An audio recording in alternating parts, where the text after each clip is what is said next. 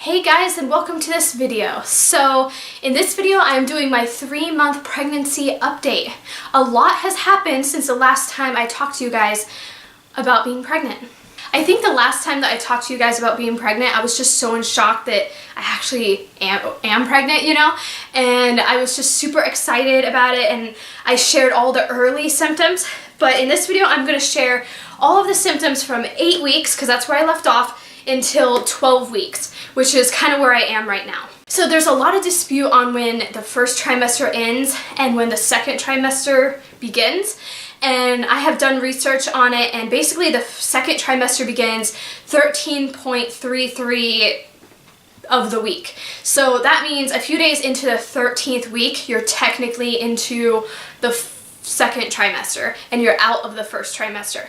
So as I'm sitting here right now, I am 12 weeks and 2 days. So technically not yet out of the first trimester, but by the next video, I totally will be out of it. Anyway, so we're gonna start from 8 weeks. How was I feeling at 8 weeks? So 8 weeks, I realized I had to start peeing all the time. I had to pee all the time. And it's not the pressure of the baby, because the baby was really small at that time. It's more of the pressure of the cramping and the moving things around, and that makes you really have to potty all the time. Next is pressure on the bladder. So I'd have a lot of pressure on the bladder, which I know was normal because I did a lot of research about it. And basically it's a lot of pressure there because things are moving around, like I said, and that was like a little uncomfortable. I'm not gonna lie, it was a little uncomfortable. And it constantly made me feel like I was getting a UTI or something, which I wasn't. It was just the pressure of being, like the pressure on the bladder making me need to pee all the time. Next, I realized at week 8, I was craving carbs, like really bad. Like noodles and just anything that was carb-like.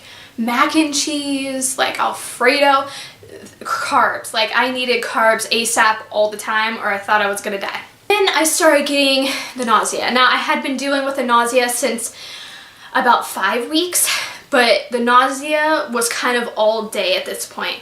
I'd get up and I'd put on my acupuncture bands, and they helped a lot. But basically the nausea was just all the time, all day long. Now I'm going to move into 9 weeks. So 9 weeks, I woke up one morning and I took my vitamins and I ate, and I started having this burping attack, which was really uncomfortable. I would like burp, and it was like a burping attack. I continued to do it, and I was like, oh. And this was right before one of my ultrasounds, and I was feeling really sick. I ended up vlogging that, how sick I was feeling. But I had like a burping attack, and it was not fun. And it was accompanied by severe nausea. It was not fun. Next symptom I wrote down on here is I thought that my lactose intolerance was like cured because I could drink milk, like regular milk, and not be sick. So I decided that I was gonna try ice cream without my lactate pill. And that was a huge mistake. I got so ill. It was really bad, and if you guys have bad lactose intolerance normally, do not chance it when you're pregnant because it's about 20 times worse. So just stick with taking your lactate pills. At 9 weeks, I was nauseous often, but not all the time. So it went from like all the time to being just often. It would be where I need to eat now or I'm gonna throw up type feeling. Now let's go into 10 weeks. 10 weeks, I started getting backaches in my back, and I was starting to get cravings at 5 a.m. So one morning I was sleeping and I had this craving at 5 a.m. for Olive Garden's Toscano soup. And I thought I was going to die if I wasn't going to get it. But it was a Sunday morning and I just couldn't go out and get it, you know. And especially they're not open at 5 a.m. anyway. I eventually was able to go out to Olive Garden like a week later, which was really nice, and get it, and that was so awesome. I realized at 10 weeks I was starting to get really bad acne on my chin right here, and it focused on my chin. And when I get acne, normally I have really good skin. But I'll get acne like in between my eyes right here and a little on my chin, but this was like all over my chin, and it was not fun and it was not pretty. Now my skin has calmed down a lot. See? So this week I got the progenity test, and my doctor just asks everybody if they want to take it, and so we decided we want to take it, and it was for Down syndrome and a bunch of other illnesses like that, you know, that the baby can have, and you can find out early on, and then it also tells the gender of the baby. So we got that test done, and we also got our 10-week ultrasound, and the baby had gotten so big, and it was so cool to see the baby moving around, and the heartbeat is strong and everything, and it was just crazy to see how it went from like a little seed to like bam, it's like bigger. You know, it was really, really way bigger.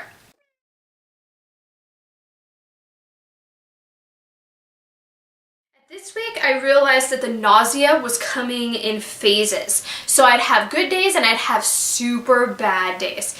It was like the heat of summer and then like, wow, the coldness of winter. It was just like black and white. Like literally. So some days it would be so bad and so intense.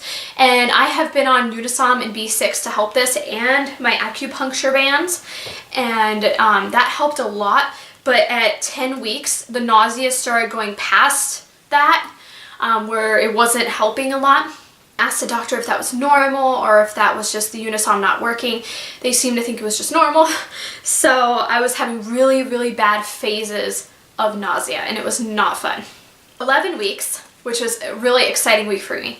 So I know a lot of people don't think you can feel your baby at this time, but I started to feel flutters in my tummy, and they were not gas flutters. They were different. They were like just little flutters. Like, it's just hard to explain, but it was right in that area where the baby would be, and I just kept feeling them. It was like butterflies in my tummy. Then I realized week 11, the nausea was starting to get better, and I was like, this is almost too good to be true. Like, I know it's coming that the nausea is supposed to get better, but this is almost too good to be true. The other symptom that I noticed that I had been getting, and I'm not really sure which week it started, was I would get dry patches on the top of my knees, and my skin would get super, super dry. So I would put like coconut oil on them because they'd be so dry, and they'd be red and like almost bloody. I get dry spots on my body, and I really noticed that a lot at 11 weeks. 12 weeks, which is the week I'm in right now, I haven't finished this week. 12 weeks, I started noticing that I was getting neck pain and headaches. So I think that I need a new pillow or something, because my neck was really, really hurting, accompanied by my head. And so I took one Tylenol for this, which obviously didn't help. Not like I can take really, really hot baths, you know? So I would get in the shower, and I would just turn the shower on pretty warm, and not let it touch my stomach or anywhere in my body except for my back and my neck, and that really, really helped ease the pain. And then I'd jump out real quick, and then I realized that the nausea is like gone. Like, if I don't eat, like right now I feel like I need to go eat something, but I'm not getting nauseous because I'm sitting here not eating something. I'm just getting a feeling in my tummy like, you should go downstairs and eat something. But it's not like, oh my gosh, if I don't eat right now, I'm gonna throw up and be so sick. So I feel really lucky. I feel like the nausea is really going away. Last thing I was going to talk about is being tired. So I am still tired, and I've been exhausted the entire time I've been pregnant. And everybody has been saying that at the second trimester you're supposed To get this huge burst of energy. And I really hope that happens, because I really don't have energy at all. And I've been short of breath pretty often, and I have asthma normally, and normally my asthma is really, really controlled, but sometimes I'll get so out of breath, I'm just like, do I need to take my emergency spray, or is this just part of being pregnant? And the doctor has basically told me that, you know, if I'm feeling that way, maybe the baby's feeling that way.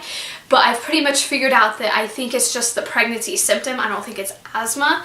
So I was glad to figure that out. This past week at 11 weeks, we went in for our specialist appointment, and we went to genetic counseling, and she took information from my side of the family and Arlie's side, my husband's side of the family, and they pretty much decided that we're a pretty healthy family.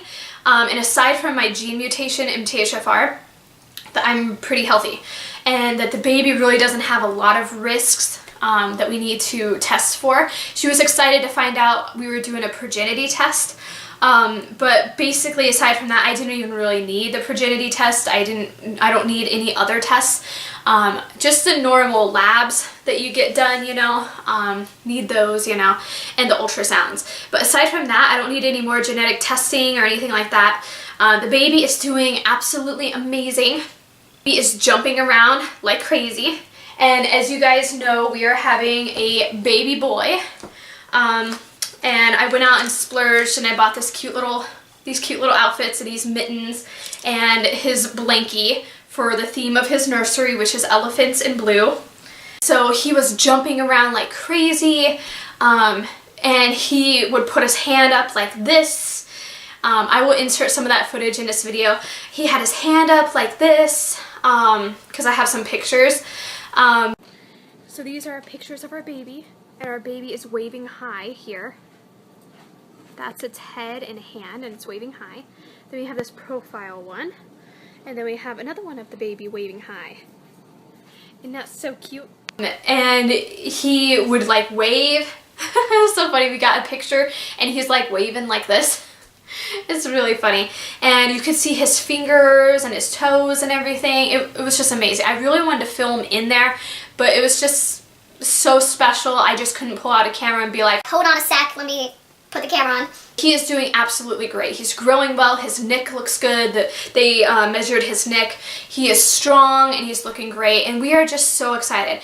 We thought that we were going to have a girl, so having a boy is a really good surprise.